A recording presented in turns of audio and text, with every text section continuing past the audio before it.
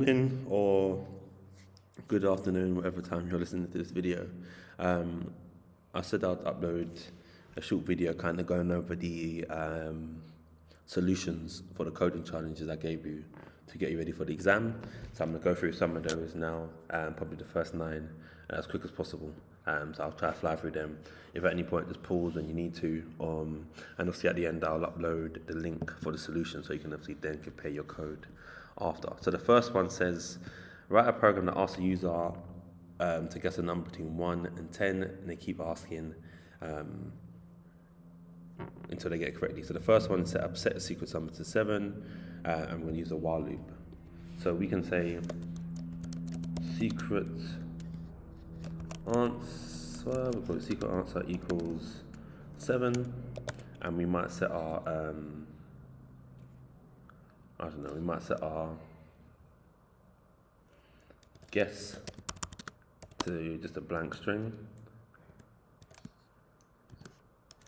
So we'll use a while loop and say while secret answer is not equal to guess. So once again, as long as that condition isn't true, so as long as this condition is true, so like at the moment, secret answer is not equal to guess. So it's true. So this loop will keep going until that becomes untrue. We're going to say guess equals input. Begin to make an int input. What is your guess? And then outside of that, we can just say, outside of the loop, we can say correct. So this is only going to show up if they get the right one. So if I run this now, what is your guess? 5. It's going to keep asking me. But the moment I put 7, this now becomes untrue and it breaks out the loop. So that's the first one. Second task, keep asking the user for a password until they enter the correct one, which is Python 123. So what we do, so we might set the password to equal Python 123. Once again, I'll probably use a, is it a guess?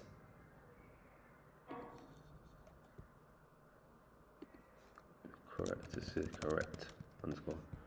And we set our, what I'll suggest is setting that to equal a blank string again. Just helps our code out, and we know it's not going to be true. So while correct password is not equals to password. Once again, this condition is now true, so this could keep looping and looping into while this condition is true.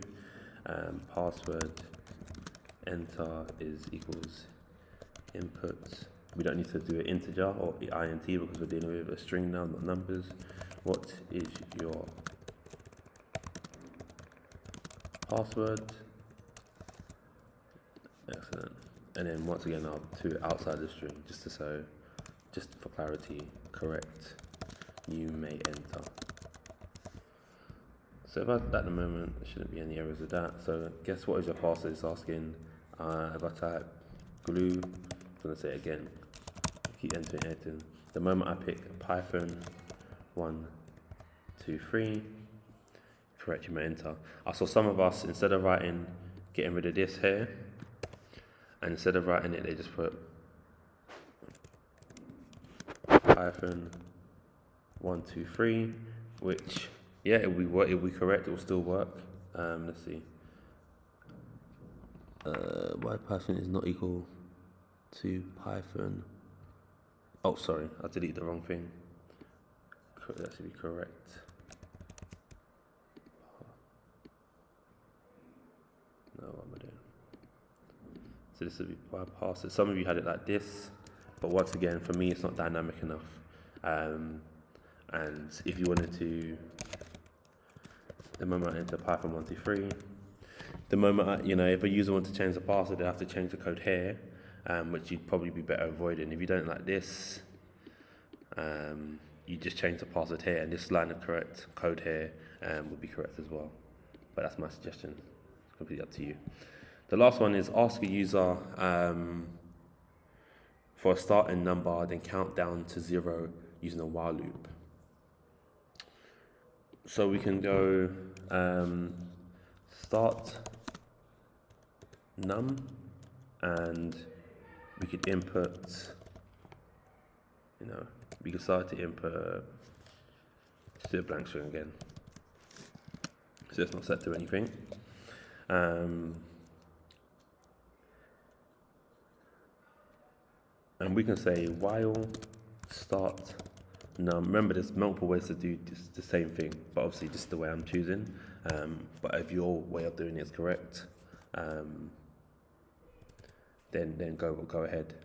So you're going to say while start num is bigger than 0. So it's only going to happen while start num bigger than 0. You're going to put start print start num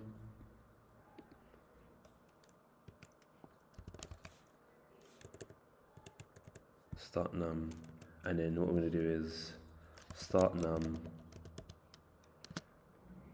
minus equals this time 1. So every time it loops, it's going to go.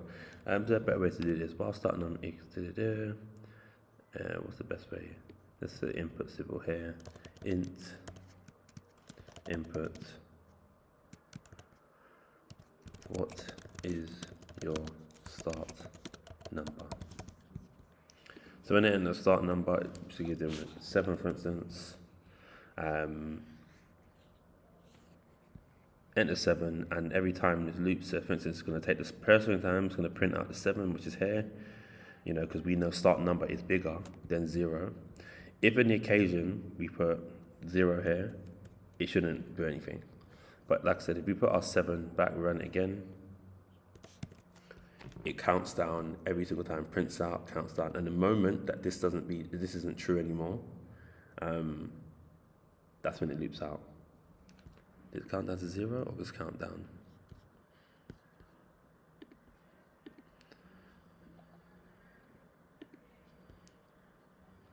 If I change that, what happens there? -1. See if that even works. Try this out. Yeah, so we could hit -1 and it'll count that to 0 as well. Third one.